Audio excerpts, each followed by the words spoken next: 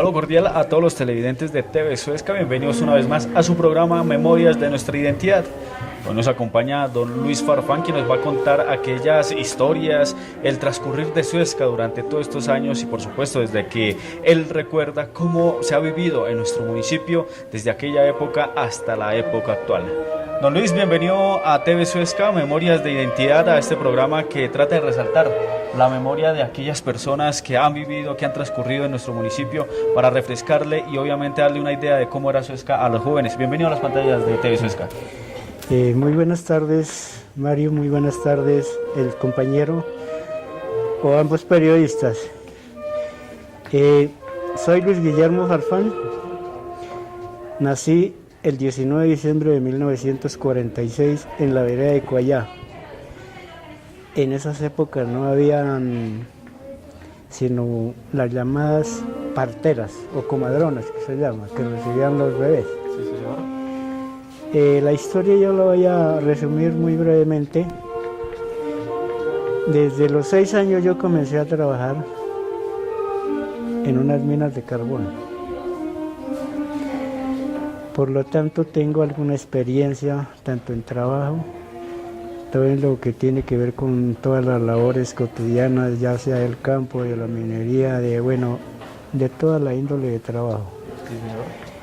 La niñez para mí en algunos sentidos fue un poco como compleja, como un poco vulnerable por la sencilla razón de que mis padres eran muy pobres, no tenían recursos suficientes y el trabajo de la época no era sino la minería. Entonces de ahí que el transcurrir de los años pues a mí me llevó a comenzar a trabajar desde muy pequeño. Mucho sufrimiento, ya llegó la época del estudio. Alma bendita, mi padre me alcanzó a colocar en 1957 a la escuela. Hice el primer año de estudio, ya habiendo trabajado mucho más antes. Sí, señor. Me alcanzó mi padre a colocar al segundo año de escuela y en el mes de abril, el 18 de abril del 1958. Desafortunadamente, un accidente en una mina me arrebató con la vida de mi papá, por lo cual quedamos al amparo solamente de mamá. Fuimos 9 hermanos, sí, lo cual pues fue muy duro nuestra situación, pero a través del tiempo y a través de los sufrimientos y toda esa cuestión, uno se vaya dando de cuenta de que la vida le enseña a uno muchas cosas. He enfrentado muchos problemas buenos, malos, regulares buenos, regulares malos, pero bueno, ahí vamos. Bueno, Luis, recuérdanos un poco pues el nombre de sus padres, el nombre de sus hermanos y por supuesto usted habla de educación. ¿Dónde estudiaba? ¿En qué escuela precisamente recibió pues sus primeros años de educación? Mis papás, el nombre era Ismael Farfán. Sí, señor. Mi madre era el nombre Isabel Silva de Farfán. Mis hermanos, Manuel, que él vive todavía, es el mayor, Pío, que él ya falleció, luego sigo yo, y ya hubieron una cosecha de mujeres que fueron Beatriz, que ella también ya es muerta, Elena, que ella vive, Isabel, y otro niño que es muerto, no recuerdo el nombre, e Isabel, que es la menor de las mujeres, y el último de hermano de sangre, de consanguinidad, es Ismael, que él tiene ahorita, creo que está cumpliendo 60 años. El estudio fue desde la vereda de Cuayá, en un sitio denominado El Cerrito. Allá nos tocaba en esa época, nos veníamos a las 7 de la mañana, teníamos que entrar aquí al aula a las 8 de la mañana, estudiábamos de 8 a 10, nos daban por ahí el cuartico de hora de refrigerio, luego hasta las 12, luego salíamos y no recuerdo exactamente si era a la 1 o 2 de la tarde que volvíamos a entrar a estudiar, pero era hasta las 4 de la tarde. Sí, señor. Imagínense que de aquí al Cerrito se gasta uno 1 hora a pie. Bueno, haciendo bueno, vaya y venga, pero cuando nos cogían los aguaceros terribles, eso era algo tremendo. Que nos tocaba quitar los apargaticos y colgarnos a la cintura y andar descalzo. Porque nos daban un par de apargates para el mes, tenía que alcanzar para el mes. Bueno, como fue a diera lugar, tenía que hacerlos alcanzar. Bueno. Por lo tanto, pues esos fueron unos sufrimientos muy terribles. Pero como le digo, ahí vamos. Bueno, ya como mi papá falleció estando yo en el segundo año, en abril. Sí, señor. Yo ya no, él me quiso tanto, yo no sé, alguna cosa especial tendría conmigo, pero él me quiso mucho y a mí me dio bastante duro. Por lo tanto, yo no quería ni volver a la escuela, no quería saber nada. Pero bueno, gracias a Dios a una persona muy excelente, también ya fallecida, un padrino de confirmación, me dijo, Chino, ahí hago estudio, si es por la alimentación, me tocaba viajar de aquí a Cacicazgo, donde él vivía, a almorzar, que eso fue una ayuda muy excelente también para esa época, porque mi madre quedó creando como todos los menores, no tenía ningún otro recurso ni nada, vivíamos en una casita que era de adobe y bareque y rastrojo, ese que cortaban del trigo y hacían toda esa cuestión, y bueno, cocinar en estufa de 3 piedras, en el piso, con leña. De ahí que tengo un problema de garganta precisamente por eso, porque como éramos pequeños todos ahí al pie de la cocina, absorbíamos esa humadera. Y bueno, ya con ayudas de mi padrino ya yo culminé el segundo año, pero como a trancazos yo venía a la escuela, pero no. No era de su gusto. No, pues a mí me gustaba el estudio, Sí. pero entonces a mí me dio tan duro eso que había días que yo como que me nació el reacio a ir. Sí, señor. Yo decía, pero ¿por qué Dios me quitó a mi papá? Bueno, al fin culminé que en esa época el estudio era muy excelente y los horarios eran es decir, para cada curso que había como 30 o 32 alumnos, era un solo profesor. Sí, señor. Ya digo, jornada de día, de la mañana y jornada de la tarde. Hoy en día la educación está un poco más simplificada, más fácil en algunos sentidos. En esa época era un solo profesor para todo. Hoy en día para cada materia hay un profesor.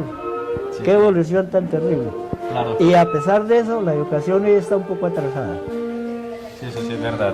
Yo como le digo, no estudié sino escasamente los 2 años. Yo creo que en el segundo año alcancé por ahí unos 5 meses a la escuela. Pero como le digo, en esa época eran los profesores drásticos porque lo castigaban a uno, lo arrodillaban encima de 2 ladrillos y con otro par de ladrillos hacia encima, o a veces ponían granos de maíz y lo hacían arrodillar encima a uno de ellos. Cogían varitas de pino o de rosa, las pelaban y el que no hiciera la tarea, tome cualquier cosita, cualquier error que cometiera el alumno, por pequeño que fuera, eso le daban su muenda con varitas de rosa. Pero era una educación excelente. No quiero decir con eso que la educación presente sea mala, no. Una educación excelente. Eso por la parte de la educación. Por la parte de la cultura que me enseñaron mis papás, fue muy poco lo que mi papá me acompañó, pero gracias a Dios, y no sé, mi Dios me dio una inteligencia muy buena. De pronto no les sabía aprovechar al 100% como hubiera querido que fuese. Lo bueno que faltó siempre algo de estudio. Y lo otro, faltó la mano dura de los papás de esa época, que era pero tremendo. Sí, claro. Porque era que en esa época los papás cogían el hijo, hacían las pilatunas y llegaban y lo amarraban con la mano así, lo amarraban con un lazo, lo colgaban a mano y le daban su pavana de juguete y ojalá estuviera lloviendo y quedara por ahí cerca de una fuente de agua, lo llevaban para refrescarle las heridas con eso. Pero había respeto, había moral, había cultura y de todo. Hoy en día, a pesar de que la educación es mala, pero se ha perdido casi al 100%. La moral, la cultura, la urbanidad y muchas cositas más que se nos escapan ahorita que están involucradas dentro de la educación. Bueno, más adelante vamos a tocar temas de cultura y obviamente cómo ve usted Suezca pues hoy en día. Quiero que me cuente cómo era Cuayá, en esa época, qué casas habían, un tema muy importante, usted, las casas de hoy, que son muy pocas las que todavía se ven en nuestro municipio. No, pocas y ya prácticamente Casi nada. Ya pasaron a la historia, eso ya es eso es cierto, del pasado.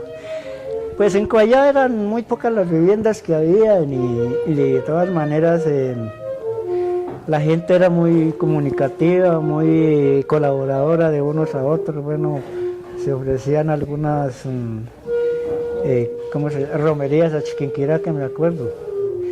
Nos hacían invitaciones, íbamos unos 30, 40 personas, nos reuníamos en una sola casa, nos quedamos en esa noche. Bueno, en esas habían unas vitrolas de esas de cuerda, y esa noche, por supuesto, bueno, chichita, corderito o gallina, los huevitos, baile.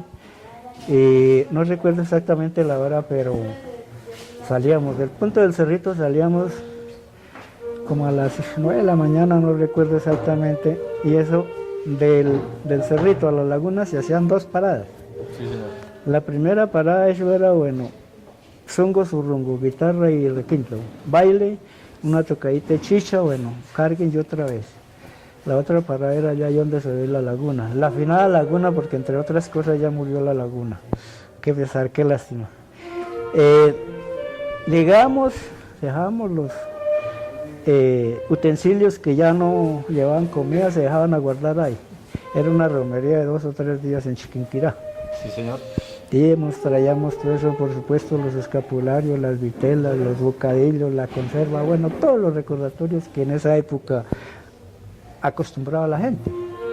Que eso me ha dicho, peregrinación que hubiera, tenía que la gente traerle a la mayor parte del vecindario su recordatorio, su presente, bueno, unas épocas muy, muy, muy lindas, que eso jamás se volverán a ver.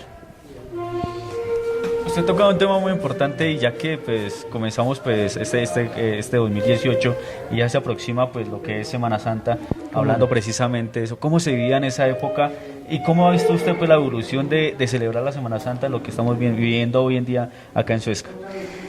También ha habido un cambio muy, muy, muy impresionante, muy, como dijera yo, cualquiera lo palpa, que ya son muy pocas las personas que digamos, concurren a una Semana Santa de esa época.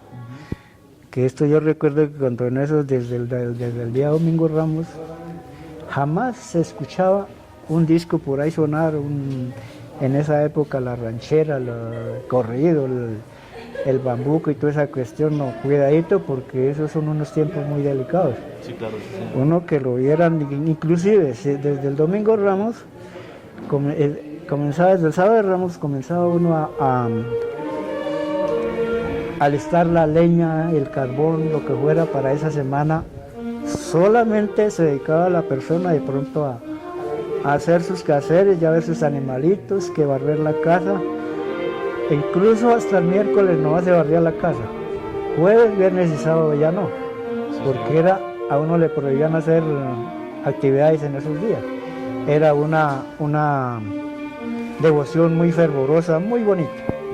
Bueno, ¿cómo era también recibir la misa, ¿no? De los padres y la atención, que es otra cosa que se ha perdido también en las misas, que la gente hoy en día va con los celulares, no presta atención, está charlando con el vecino? ¿Cómo ha sido ese cambio también? No, es un cambio impresionante, como le comento. Volviendo un poquitico, retomando otra vez la cuestión de la educación, en esa época lo formaban a uno a las 7 de la mañana el día domingo aquí en las escuelas, y eso tenía unos castigos si no venía a misa. Le colocaban a uno de tarea para esa semana siguiente, que tenía que llevar uno un resumen del Evangelio que se leyera ese domingo en la iglesia.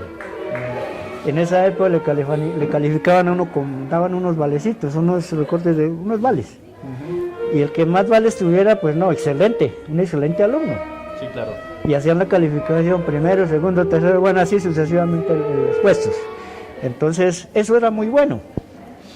La educación era muy buena, a pesar de un solo profesor para todas las materias. Exactamente. El cambio total en cuanto, digamos, la cultura, a mí personalmente, y yo pienso que todo el mundo en esa época era así, porque los padres lo obligaban a uno a ir a misa, y hay de que dijera uno que no. Eso era castigo terrible, y severamente, era que lo castigaban a uno por, bueno, no quiero decir con eso que de pronto hoy en día, bueno, eso lo hablaremos en otro, pero no, habían unos valores humanitarios muy buenos, tanto de padres a hijos como de hijos a padres, y así sucesivamente entre vecinos. Es una amistad muy excelente, muy buena. Hoy en día ha cambiado más del 150%. Esos valores se han perdido, tanto los valores religiosos, los valores humanos, los valores cívicos, los valores, bueno, de toda índole.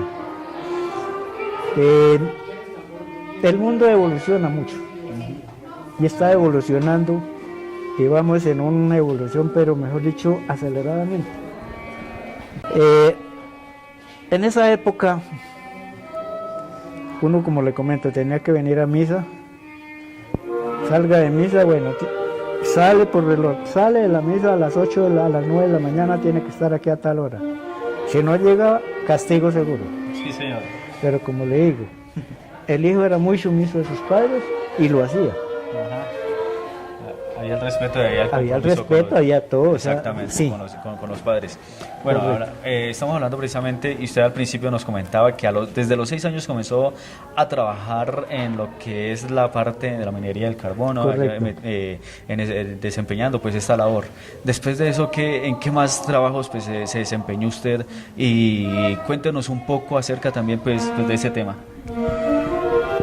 Como le comentaba, la minería yo, primero pues, como le dijera yo, no fue, digamos, como una persona adulta ya a picar carbón o a carretillar, no. A mí simplemente me metían allá a la mina, era con un burrito, cabresteando el burro y para remolcar la carretilla. Sí, señor. Que había que sacar el carbón de adentro de la mina afuera y llevarlo a una parte siempre retirada de la mina para que el camión llegara y lo recogiera.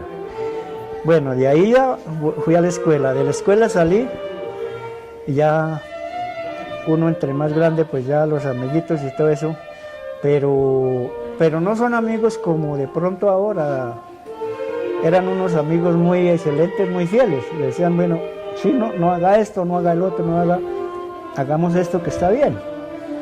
Y tenía que ser uno muy cerrado de cabeza para no entender las cosas. Sí, señor.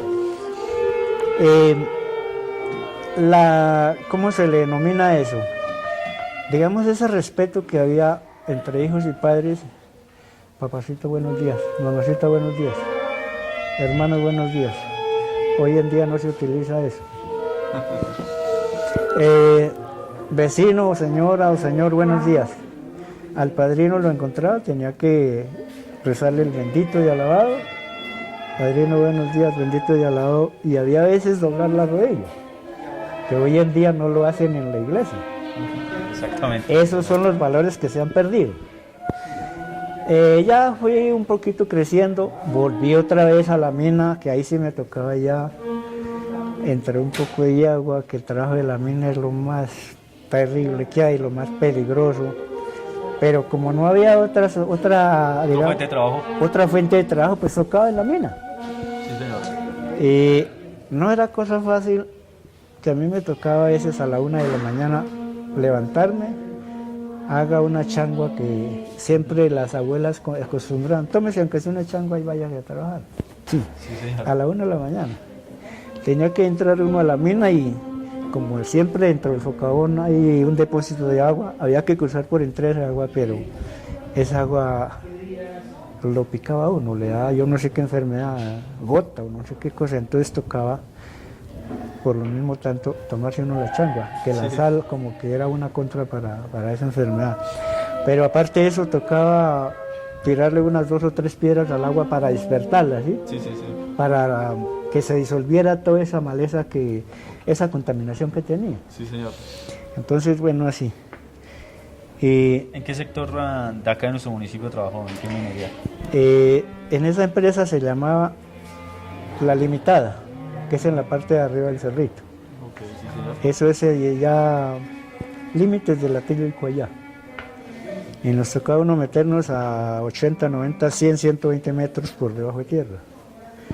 Y con la carretilla y hágale una lámpara de carburo, una vez ponían un sombrero aquí, le ponían una tabla, una lámpara de carburo y ahí... ¿Y cómo fue? Se defendía. Sí, como pues ya tenía que hacerlo uno. Y así le tocara a uno caerse, machucarse o lo que fuera, pero tenía que uno aprender en la labor para poder ganar a uno. Pero gracias a Dios, yo desde muy pequeño, no sé si sería por eso que mi papá a mí me tenía un cariño especial. Él se levantaba a las 2, 3 de la mañana, se iba para la mina y yo me le iba allá al pie. Apenas entre sueños recuerdo, pero él me ponía una ruana ahí. Acuéstese ahí, Luis, y duerma. No, la ilusión mía era aprender a trabajar. Yo me hacía al lado que había veces casi él me pegaba con la pica por yo estar mirando cómo era que picaba, cómo era que paraba la madera, cómo era que hacían los oficios. Entonces, bueno, y luego me venía para la casa, báñame, yo a las 5:30, 6 de la mañana a la casa, báñame y eche para la escuela. Y entonces yo, pues, volviendo al cuento, no había otra fuente de trabajo, pues, a la mina. Pero como le comento, a veces de la 1 de la mañana hasta las 7. A las 7 mi mamita llegaba con el desayuno y otra vez para el socavón. Salía uno a las 12 a almorzar. A la 1 tenía que volver a entrar a trabajar hasta las 5. ¿Recuerda, así sucesivamente. ¿Recuerda, no sé, el nombre de las personas que tenían minas acá en Suezca y de aquellos compañeros con los que tuvo la oportunidad de compartir pues esa labor tan importante en nuestro municipio, que de una u otra forma también pues fue muy pues específica en cuanto a salud de algunos compañeros por afección pulmonar y todo ese tipo de situaciones más adelante? Pues qué le diga yo recuerdo de unos señores de Santa Rosita, señor que se llamaba Tulio Romero y otro señor, no recuerdo el nombre ahorita, se me escapa, un señor finado Isidoro Zambrano, un señor Ernesto Gómez, que ya él todavía vive, un señor Rubén Gómez, que es hermano, un señor Moisés Gómez también, que ya es fallecido. Mi suegro también, Abel Gómez, que él trabajó mucho en la mina y yo fui ayudante de él. Sí, señor. En paz descanse esa almita, bueno. Y uno aprendió mucho de ellos, el trabajo decían, mire, esto se hace así de esta manera, no sean bobos, para cuando ustedes sean grandes y les den un trabajo, pues sean responsables y tengan cuidado con eso. Porque yo en 2 ocasiones, yo era de ya no estar vivo, porque nos cogieron unos derrumbes y duramos 5 horas allá encerrados. Todos, por acá tengo un poco de carbón metido en el, no sé si me sabe. De todo, quedé colgando de un pie. ¿Quedó colgando un pie? Sí, dentro de la mina. Madre. Todos vueltos nada, por aquí todas estas cicatrices que tengo esas de que nos fuimos a botes y quedamos encerrados. 2 cocheros que había, casi desde como las 9 de la mañana hasta las 2 de la tarde nos pudieron sacar, porque había que hacer un traspase de una veta a la otra. Sí, señor. Por tierra, y era un hueco muy pequeño, entonces esa cuestión como se derrumbó quedó tapado totalmente. Y bajaban, en esa época montaban las medianuevas adentro de la mina, pan y gaseosa, entonces llámenos y para poderse uno comunicar tenía uno que coger un palo o un pedazo de carbón y golpear en la pared. Ese era el teléfono de esa época. Dentro de la mina, sí, señor. Bueno, por supuesto, entonces nos sacaron como a la 1 o 2 de la tarde, todos ensangrentados, todos vueltos nada. Yo ni quería volver a ese trabajo, porque fue muchas las heridas que tuvimos y los peligros que acarrea uno en la mina. Y yo creo que si su persona tuviera el honor de pronto, y tal vez el valor de entrar a una mina de esas, se da cuenta cómo es la situación. La situación, claro. Que eso es algo serio. Okay. He tenido varones que les he dicho en el camino y conocen la mina. No, yo no me meto por allá. De pronto se me cae todo eso encima. Sí, claro. Eso es terrible, esa cuestión. Lo que hemos escuchado de aquellas personas, adultas mayores, que nos cuentan acerca de esta mina, que eran muy pocas las personas que se podrían salvar pues cuando se derrumbaba, cuando había alguna explosión dentro de la mina y pues se comía muchísimo las vidas de las personas.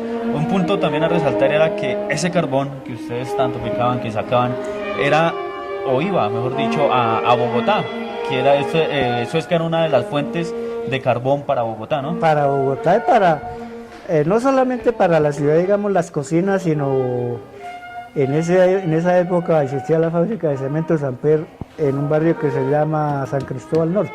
Sí, señor.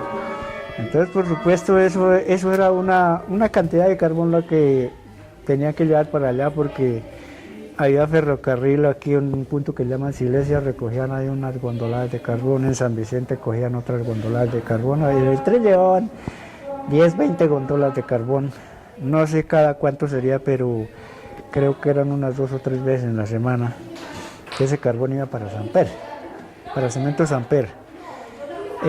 A mí personalmente me tocó lidiar mucho también con el carbón después, ya que no volví más a la mina, porque ya me fui de ayudante de un camión. Sí, señor. Entonces me tocaba echarle 5 toneladas de carbón con trenche, cargar el camión, íbamos a Bogotá por allá hasta Soacha, Bosa, a repartir el carbón, lo llevamos a los depósitos, allá lo descargamos y bueno, nos devolvíamos. Otro viajecito carbón para otro depósito y así sucesivamente, semanalmente mantenía ocupado llevando carbón a Bogotá. Sí, señor. Y era muy bueno porque había trabajito. Un poco duro sí, pero había trabajito. Y de ahí que yo me acostumbré a la rutina y como le comentaba, desde muy niño yo me acostumbré a madrugar porque no es nada fácil. Ahorita vaya uno y llame a un niño a las 2 de la mañana, a las 4 de la mañana todavía. No, en esa época eso era terrible y como le digo, tenía uno que cumplir la tarea porque para uno poder sostener el trabajo. O cumplía. Hay otro tema también muy importante que ha sido pues de mucha tradición, o fue de mucha tradición en Suezca y en algunos pueblos de Cundinamarca, y es el tren. ¿Usted qué recuerda de aquel tren de aquella época, que era uno de los medios de transporte para poder pues dirigirse por todo el país y obviamente llegar a la ciudad capital, ¿no? No, fabuloso, era un transporte muy bueno, muy económico y una tranquilidad que se respiraba. Bueno, tenía uno que sí estar precisamente a la hora de que el tren a la estación, porque eso, tenían una campana, bueno, era un primer campanazo, bueno, era anunciando que ya llegaba el tren. El segundo aviso eran 2 campanazos, y ya el tren está listo. 3 campanazos, el tren ya va a arrancar, tenía que estar uno listo. Una cosa muy buena, en esa época había restaurantes dentro del tren. Sí, señor. Uno podía dormir, allá podía compartir una gaseosa, bueno, cualquier cosita. Y era muy bueno ese servicio.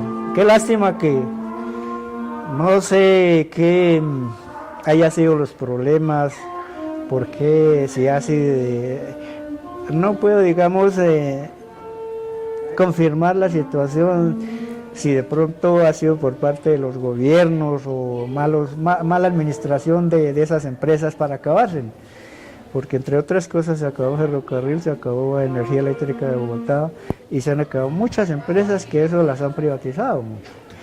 Y hoy en día los gobiernos ya no quieren saber de ningún trabajo a eso. En parte los sindicatos son buenos, en parte, pero en parte son un poquito como contradictorios. Entonces, en favor del obrero, excelente el trabajo, pero entonces también como que a veces la dirección, los directores, no sé, se aíslan de lo que verdaderamente se quiere pelear con los sindicatos. Y lanzan, sí, pues bueno, no puedo decir, pues gracias, sí que en algún momento lo apoyan a uno bien. Pero yo digo una de las cosas, si hubiera habido conciencias, lo que se llama una conciencia, que la balanza no caiga ni para acá ni para acá, que eso hubiera sido una cuestión muy nivelada, tanto para el patrón como para el trabajador. Pero se han acabado muchas empresas debido a esas cosas. El tren, yo viajé varias veces a Chía, a Bogotá, medio me acuerdo, a Chocontá. En esas el pasaje valía 5 centavos. De aquí de Suezca a Chocontá. 5 centavos. 5 centavos. que hoy en día, en pesos, ¿a cuánto representa? Le estoy hablando de hace 50 años, 60 años. 60 años. Para unos 10.000, 15.000 pesos. Y yo creo que algo más. Si nos ponemos a hacer cuenta, digamos, la evolución, lo que va evolucionando el dólar, ¿cuánto vale un dólar hoy en día? Está como entre 2.800 y 3.000 pesos. Sí, señor. Entonces haga la cuenta de la época, 5 pesos a hoy. Sí, señor. En esa época casi no se oía de los dólares. No, solo era en ¿qué? Cuartillos, pesetas, centavos, que todavía a mí me acompaña. Y el peso, a mí me acompañan monedas de 1 centavo, y de 2 centavos, y de 5, de 10, de 20, de 25, y toda esa cuestión. El billete de 2 pesos y medio, el billete de 1 peso, el billete de 2, el billete de 5, y así sucesivamente. Muy bien. Uno conseguía esa época, cuando yo comencé ya a recibir salario, que ya era un poquito responsable, yo me ganaba 7 pesos en la semana. Sí, señor. Pero 7 pesos en esa época hoy representan más de 700.000 pesos. Si uno se pone a hacer una comparación de 60 años a la actualidad, yo creo que unos 700.000 pesos.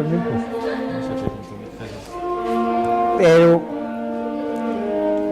el campo en esa época era muy bueno porque, no digamos en el sentido de que había trabajo en el campo, mucho, porque allá en los campos se acostumbraba, bueno, tú tienes un terrenito, lo vas a sembrar tal día, bueno, voy a sembrar esta semana, necesito que me alquile su yunta de bueyes, su arado, y me ayude, y cuando tú vayas a sembrar yo voy y te ayudo. Eso lo llamaban a cacho vuelto. ¿A cacho vuelto? A cacho vuelto, sí. Interesante. Ayúdame que yo te ayudaré. Exactamente. Como dice mi Dios, ayúdate que yo te ayudaré. Bueno. Sí, señor. Pero era muy bueno. Las tierras eran muy fértiles. No había necesidad de químicos, ni de fumigación, ni de nada. Solamente con el abono orgánico de los animales, toda esa cuestión. Que en esa época acostumbraban a hacer unos corrales de varas de tuno, que se llama, o chusque. Y cada tercer o cuarto día removaban el corral abonando la tierra. Entonces, por supuesto, cuando ya llegaba la época de la siembra, pues con los bueyes desbaraban la tierra y quedaba la tierra abonada. Ya no era sino con el asadón, vaya ya que el hoyo, bote la semilla ahí y esperar que nazca. También el tiempito en esa época ayudaba, porque claro, había muy... Era muy ordenado el tiempo en ese sí, en esa época. Hoy en día no o sé. llueve o hace sol, pero... Sí. No, pues la cuestión, digamos que en parte el mismo hombre se ha encargado de dañar el ecosistema, Sí, señor. contaminar el ambiente, el medio ambiente, la atmósfera, todo lo que tiene que ver con el medio ambiente. Entonces, hoy la estamos pagando, porque hoy ya es muy poca la agua que hay, ya no llueve casi. Sí, señor. El recalentamiento global es algo impresionante y no sabemos más tarde qué entremos a ver.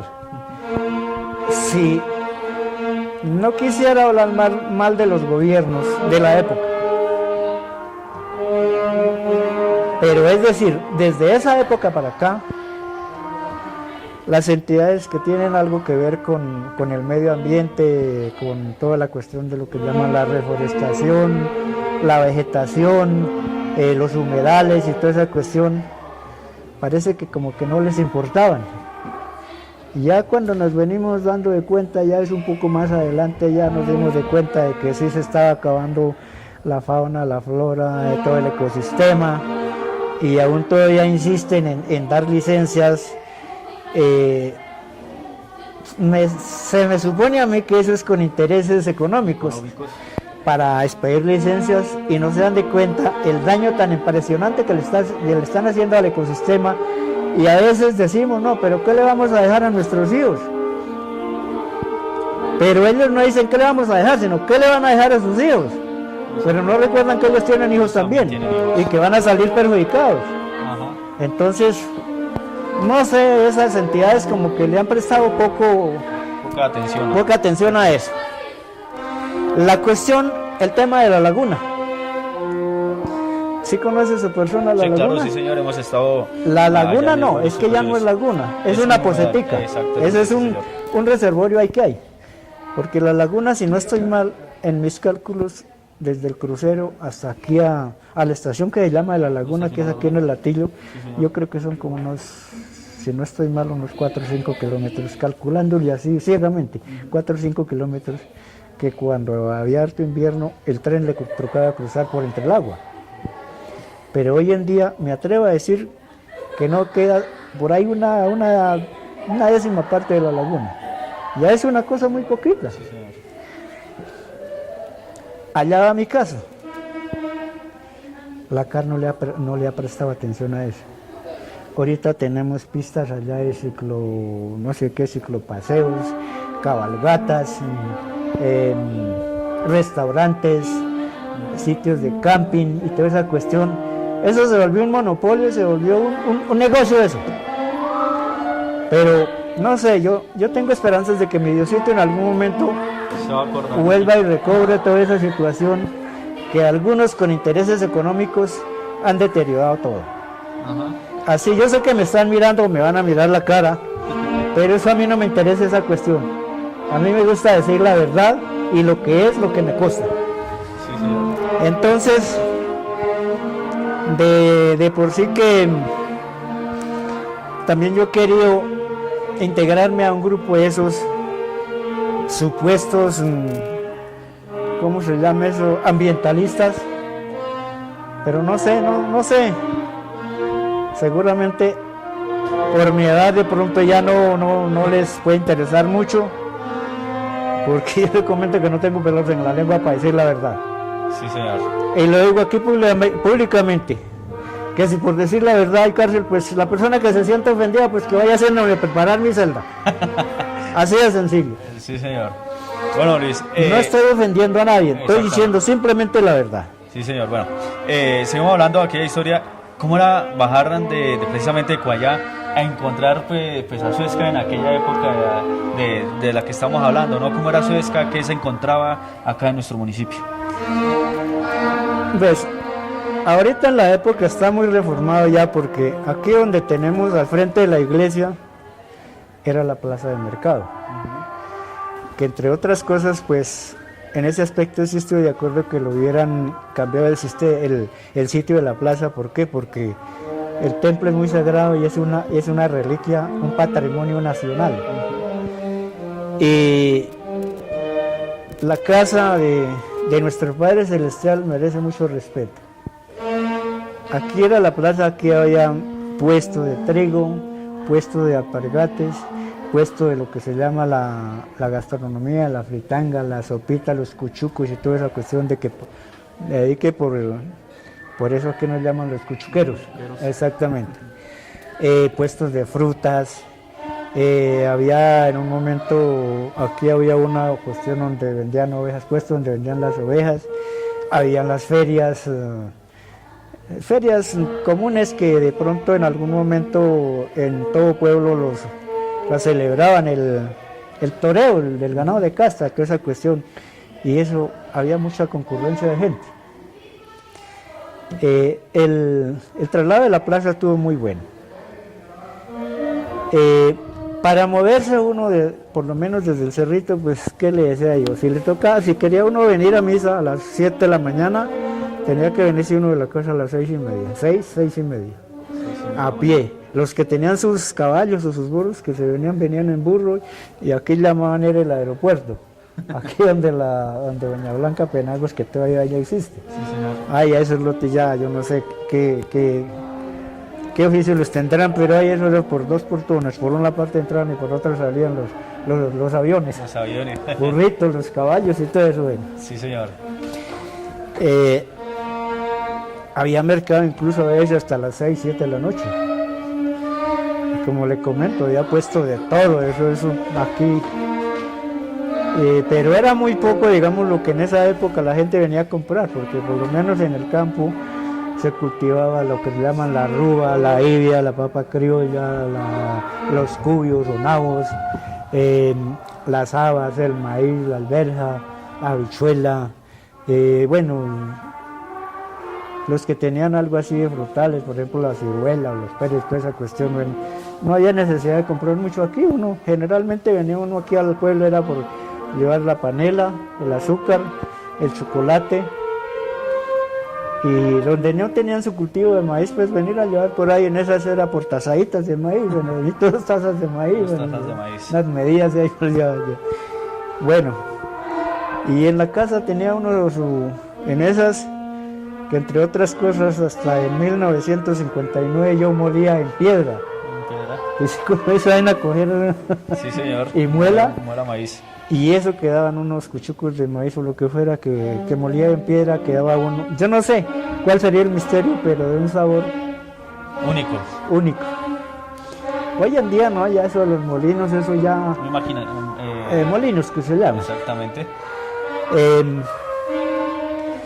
Pues no quiero decir con eso que no sirva, no, eso sirve, pero de todas maneras no queda la comida igual.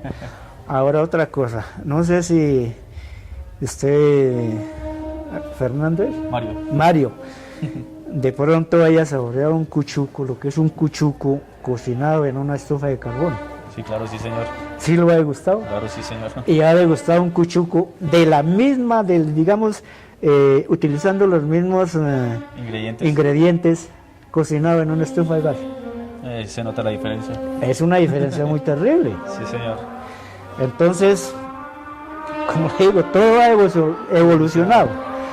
Hoy en día ya la comida para cultivar, que habían en esas épocas que sembraba uno una carga de papa en una tierra virgen, como le digo, que eso era no habían químicos ni nada, solo abono orgánico, pero la tierra daba un 50%. ¿Usted sabe lo que es un 50%? Claro. Hoy en día no alcanza a dar un 20%. En esa época de pronto por ahí 1 o 2 fumigadas, más no, de ahí no pasaba. Hoy en día toca 12, 13 hasta 15 fumigadas, por lo tanto se come un poco de contaminantes uno. Entonces de ahí que la salud se ha deteriorado. Y eso no solamente la salud, sino también el medio ambiente, que eso influye también en la salud. Porque sí, todos esos contaminantes, toda esa cuestión, eso es algo terrible. Bueno, Luis, he escuchado que usted es un líder comunitario, le gusta estar pues siempre en el derecho pues de que se hagan las cosas bien, ¿no? Para la comunidad y todo eso. Comencemos a hablar un poco de la política, cómo se veía la política en aquella época, cuando usted ya tuvo la oportunidad de votar, cómo eran las elecciones, cómo se veían las campañas políticas de aquellas ocasiones. Ahí sí me hacen dar un poco de risa. Pues en esa época el político salía, como suele ser todavía, siempre el político, cuando ya acercan las elecciones, cuando empiezan las campañas, encuentran, así sea un limonero, un mendigo en la calle, le palmetean la espalda, que mi amigo, ¿cómo está? Mire que no sé qué esto y el otro, le ofrecían la gaseosita, camine, te tomas un tinto, no sé qué, y esto y el otro. Bueno, me acompañas dentro de tantos días que va a haber una reunión en tal parte, por lo menos. Entonces había, digamos, mataban una red, llevaban un bulto de papa, llevaban cerveza, toda esa cuestión, bueno, su plato de carne, papa y cerveza, bueno, pero no se le olvide el botico, eso era con intereses. Claro, sí. En otras palabras, no le daban plata, pero para mí era un voto comprado. Sí, señor. Es la realidad de las cosas. Duélale al político que le duela, pero así era. Y así incluso todavía hay partes donde lo hacen. Sí, entonces yo desde muy pequeño escuchaba que el Partido Liberal y el Partido Conservador. Cosa casual, cuando se inauguró la vía Suez-Canto Grande, que esta carretera la hizo fue el batallón Francisco José de Caldas. Transportes Alianza fue la primera línea que viajó de aquí a la Grande. En esa época que el Partido Conservador y el Partido Liberal, y no podían andar mezclados, como hoy, que hoy no hay color político, o es decir, yo siempre he dicho, y le he dicho a algunos políticos, los derechos de la humanidad no tienen color político. ¿Por qué se inclinan que porque soy del Partido Liberal o que porque soy del Partido Conservador? No, todo el mundo tenemos los mismos derechos. Sí, señor. las mismas oportunidades. En esa época era una pasión, pero terrible, terrible de política. E incluso hasta para el trabajo lo discriminaban a uno. Como ser del partido que fuera. Sí. Yo me recuerdo de un señor que tenía unas minas por allá en Cacicalgo, mi papá trabajaba con eso, y qué cosa tan casual, eran contrarios de la política. Había unos señores que, no los nombro porque ya están muertos, incluso el dueño de las minas. Pero decía, bueno, aquí llegó un señor a pedir trabajo. ¿Quién es, ala? Fulano de tal. Ala, y de casualidad no sabes de qué color es. Si es liberal, póngalo a hacer algo. Si es godo, que era la palabra que utilizaban, no, dígale que se vuelva por donde vino. Era una pasión terrible, una discriminación, pero impresionante. Entonces, pues, alma bendita, mi querido papá. Él por apodo lo llamaban Sebastián. Y había otro señor también, ya es muerto. Eran bastante amigos, eran 3 o 4 amigos que iban de aquí a trabajar allá, compañeros y toda esa cuestión. Y entonces, él entró a trabajar allá donde ese señor, como dicen, por palanca de un amigo. Y él lo conocía, pero yo no sé qué cosa, alguna cosa especial, pero ese finado dueño de la empresa congenió mucho con mi papá, a pesar de que eran contrarios en política. ¿Sí? No sé cuál sería el sistema, sería por la cuestión de la, digamos, esa berraquera que era para trabajar, porque si acaso en esa época esa gente mantenía con chicha, harina y changua y todo eso. No le pasaba nada. No le pasaba nada. Duraba, hacían 100 y pico de años. Sí, exacto. Bueno, pero era la situación. Y la política, pues yo escuchaba eso. E incluso hubo muertes varias por la cuestión de la pasión política. Acá en el pueblo. En el pueblo y por el camino, entre los buses había muertos. Porque por el crucero no podía cruzar una persona que tuviera una corbata azul. O al alto no podía ir una persona que se pusiera una corbata roja. No. ¿En serio? Eso era pelea segura. Entonces la empresa diseñó 2 líneas de transporte. Una para el crucero y una para el alto. Diferente, eso porque el transporte tenía que ser roja. Entonces... Sí, para evitar esos roces entre la misma comunidad. Eso era algo impresionante. No solamente a nivel aquí a Suezca, porque el Hato, de Santa Rosa, de Chocontá, por allá, eso dentro de los buses hubieron muertos por la política. Y aquí, incluso en las tiendas a él. En esa época, bueno, la chicha, abajo se da cuenta donde en una casa que es como redonda entre esquinas, al frente, sí, pero en toda la esquina a mano derecha bajando, sí, ahí era una fábrica de chicha. Y al otro costado era otra fábrica. Y allá nos llamaban, decían, donde Madre Balbina, vayan por la chicha allá, eran las... Y aquí al frente, donde hoy en día es de la familia Salinas, eso eran unos ranchos grandísimos, que eran las piezas altas como de 3 metros cada pieza, unos piezonones de embareque y en adobe y en teja de barro. Sí, señor. Esa cuestión, y esas eran unas rocolas de esas de manivela. Y yo manejaba. Sí, señor. No, y a mí me querían mucho ahí. Eran 2 tiendas enfrentadas ahí. Y en ambas partes la gente se peleaba, no, venga, Sebastián Pequeño aquí, venga a poner los discos, le daban a uno su gaseosita, su panecito, bueno, y al otro lado, entonces a mí me tocaba, cuando estaba solo aquí, vaya para el otro lado, y póngale disco, bueno, la gente llegaba ya, bueno, Chino, ¿quieres una gaseosa o qué quieres? Bueno, uno chico, pues, recibía lo que le llegara. Aprovechaba, sí. Pero no, esas épocas ya no volverán. Bueno, en cuanto a, digamos ya a la... Hablemos primero de lo religioso. La Semana Santa era una devoción, pero muy fervorosa, que la gente no cabía en la iglesia, eso era todo casi en el parque. Mucha gente muy devota, muy creyente. Esas procesiones, bueno, que eso era...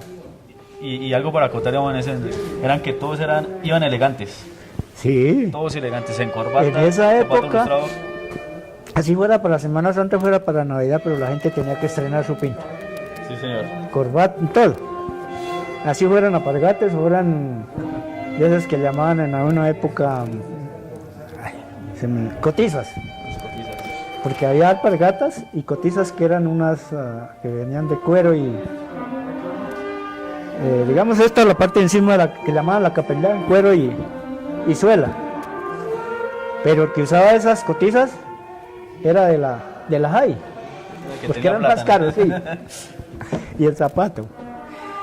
Pero no, esas Semanas Santas eran muy fervorosas, muy buenas, ya le digo. Desde el sábado de Ramos hasta el domingo de Pascua por la noche ya podían, ya saliendo de la misa de medianoche, la misa de Gloria que llamaban, pues ya podía uno saltar, brincar, bueno, ya hacer, desde la 1 de la mañana ya se empezaba a escuchar otra vez la música, pues esa cuestión, los bailoteos.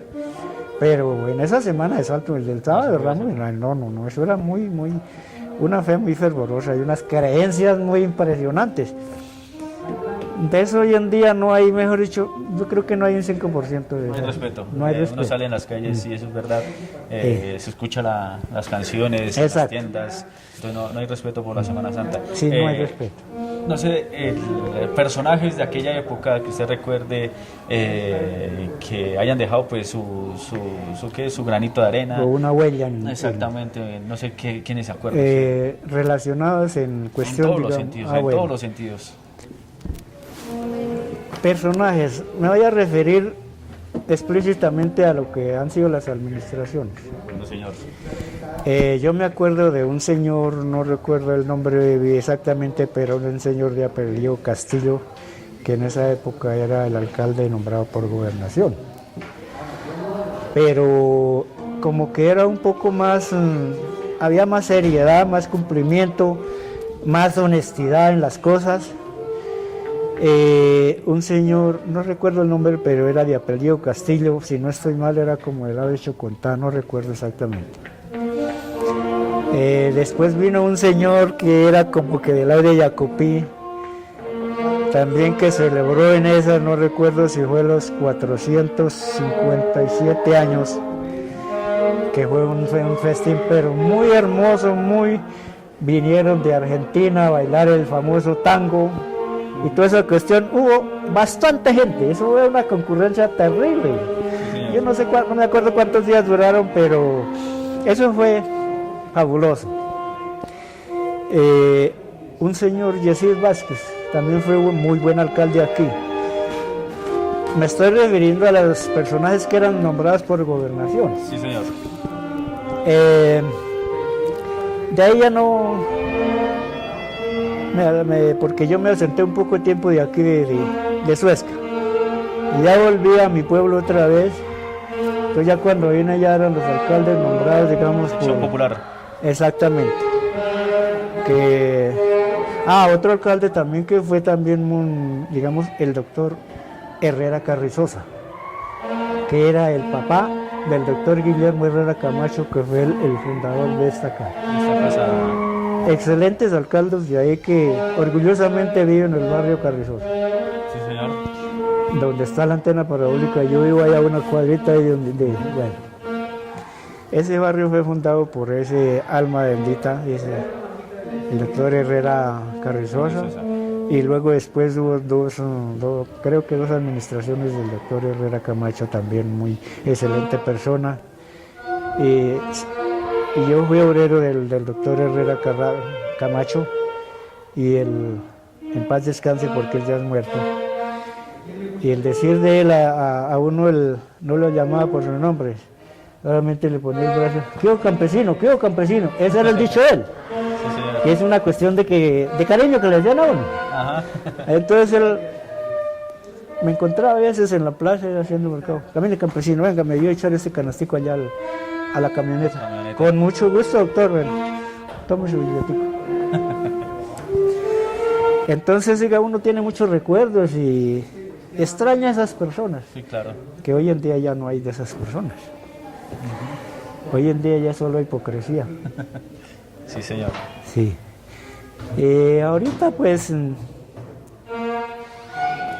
Duele mucho en el alma que los mismos paisanos, yo más bien como que hago un silencio entre los alcaldes que han habido desde el voto popular, porque es que duelen las cosas, duele en el alma ver que Suezca cada día va más para atrás, no ha habido progreso. Entonces, por lo tanto, me reservo a comentar, a hacer esos comentarios, porque no quiero que la gente de pronto en algún momento entiendan que estoy en contra, no sé, estoy del otro, no. Más bien me reservo esas cosas. Digamos aquí el vecindario del pueblo, que aquí yo creo que dentro del perímetro urbano y aún veredal, a mí me conocen. Que yo he sido un líder, yo he batajoleado en la televisión alto incluso en contra de algunos proyectos que a mi manera de pensar no le traían beneficio a la comunidad. Entonces, por eso me reservo esas cosas. Hablemos de la salud. ¿Cómo ha cambiado también la salud en nuestro municipio? También sabemos que usted es un luchador también por ese derecho de la comunidad que es la salud. Y hoy en día también lo vemos pues luchando también por la salud. ¿Cómo ha evolucionado pues este tema acá en nuestro municipio? La cuestión de la salud, como usted bien lo sabe, señor periodista, que eso es a nivel nacional, que está deteriorado todo. La salud está por el suelo. Parece ser, y ahí sí voy a ser muy enfático, y caiga la que le caiga, desde el alto gobierno,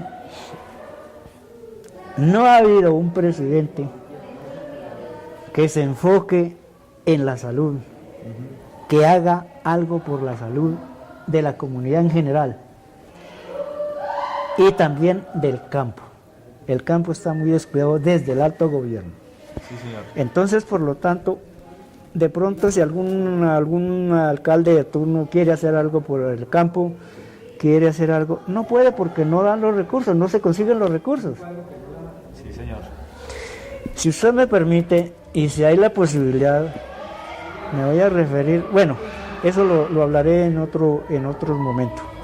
La salud está por el suelo.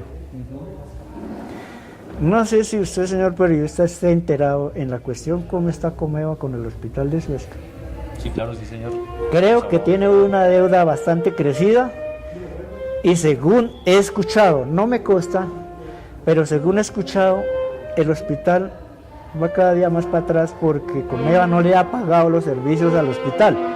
Entonces, el municipio no tiene los recursos suficientes también, pero sí ha tratado de ayudar y lo ha hecho respecto a la salud. Eso no es cosa, digamos, de ayer, ni solamente a usted le consta, sino usted se da cuenta todos los días por la televisión que hablan de la salud, que mire, personalmente yo tengo una operación pendiente ya más de 5 años. Tengo las órdenes, tengo las autorizaciones, pero he ido a Soacha, me han hecho ir a Soacha, que no hay agenda. Va uno después que no hay, ¿cómo se llama esto? No hay los recursos que da la nación a los hospitales para atender el sistema del CISBEN. Sí, señor. Entonces lo hacen ese uno perder tiempo. En el caso mío, yo no soy pensionado, yo no tengo pensión. Pero es inaudito que tenga que uno hacer 2, 3, 4, hasta 5 viajes para que le digan uno que no hay agenda o que no hay convenio exactamente. Entonces, uno como que, yo de mi parte le digo, bueno, que esté de Dios lo que sea, pero tanto vulgarmente que le digan a uno que le mamen gallo a uno allá, sí, que no hay agenda, que no sé qué, no sé de quién será la culpa, pero para mí que es del Estado, para mí es del Estado. El sistema de salud está muy deteriorado a nivel nacional.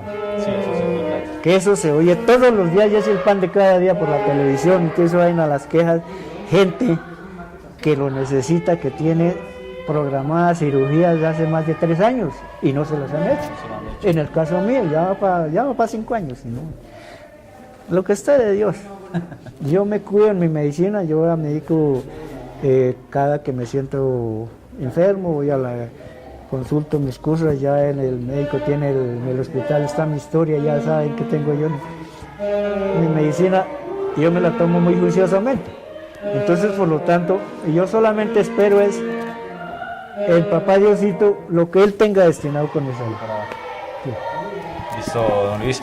Muchísimas gracias por habernos acompañado en este programa de Memorias de nuestra identidad. Es importante refrescarle a los jóvenes, a algunas personas que se les ha olvidado cómo era Suezca en aquella época, y obviamente pues tener a personas como ustedes prestas pues para hacer un poco de recorderis, ¿no?, de cómo es Suezca en aquella época. ¿Qué mensaje se le puede dar hoy en día a Suezca, a los jóvenes, a las personas que estamos viviendo allá aquí en el municipio? Y por supuesto con el agradecimiento por habernos aceptado esta invitación. Pues el mensaje que yo le doy, digamos, primero que todo a los padres de familia, porque la educación empieza desde la casa. Como en la interrogación anterior, no estoy en contra de los derechos del niño, del joven, de la niña, del niño, bueno, lo que sea, bueno, porque es que mire, a los 6 añitos, como le comentaba yo, el niño tenía que ya ir, vaya mijo, saque las hojitas, ayuda a traer unos palitos para prender la candela, traiga un viajecito de agua porque tocaba hasta la quebrada. El castigo sí era muy severo en esas. Yo no quiero decir con eso de que hoy en día cojan a los hijos como anteriormente se hacía, no. Pero sí en este caso también quiero ser enfático que el mismo gobierno y el mismo bienestar familiar se ha encargado en quitarle esos valores, esos derechos a los padres de educar a los hijos. De ahí que se genera mucha violencia, y me atrevo a decir que debido a eso muchos jóvenes se están yendo para la guerrilla, porque no se le infunden a los hijos esos valores que se necesitan como personas, para que les infundan lo que es un respeto hacia la humanidad, hacia el otro, hacia uno mismo. Ya le digo, con eso no quiero decir que el padre de hoy en día tenga que coger al niño castigo, no, pero sí merece un algacito. Pero no, le dan una palmada y el niño hoy no. Si usted me pega, yo le digo, le trae la policía. Es que ya se han visto los casos. Sí, eso sí. Vuelvo y le repito, no estoy en contra del trabajo, pero sí que desde casa también los enseñen a que sepan lo que es un oficio, lo que es ser de pronto un cortoncito con un cuchillo por ahí, que eso no es mortal, un quemoncito con un aceite o con la estufa, qué cosa es lavar un trapito de ropa en la casa, qué cosa es ver un animal, qué cosa es ir y coger un asadoncito, bueno, preparar una matica. Todos esos valores se han perdido. Por eso digo que de ahí que muchos jóvenes se han ido a la guerrilla, creo yo que es por eso. ¿Por qué? Porque van al colegio y ya no quieren coger no saben qué es un asadón. Ajá. Solo si no están detrás del computador, el celular, el chateo, toda esa cuestión. Esta cuestión de las redes sociales, en parte son muy buenas, pero en parte también están corrompiendo el mundo. Sí. Esa es la palabra castellana, están corrompiendo el mundo. No sé si los gobiernos tomarán cartas en el asunto, o si habrá alguna ley que prohíba esa situación.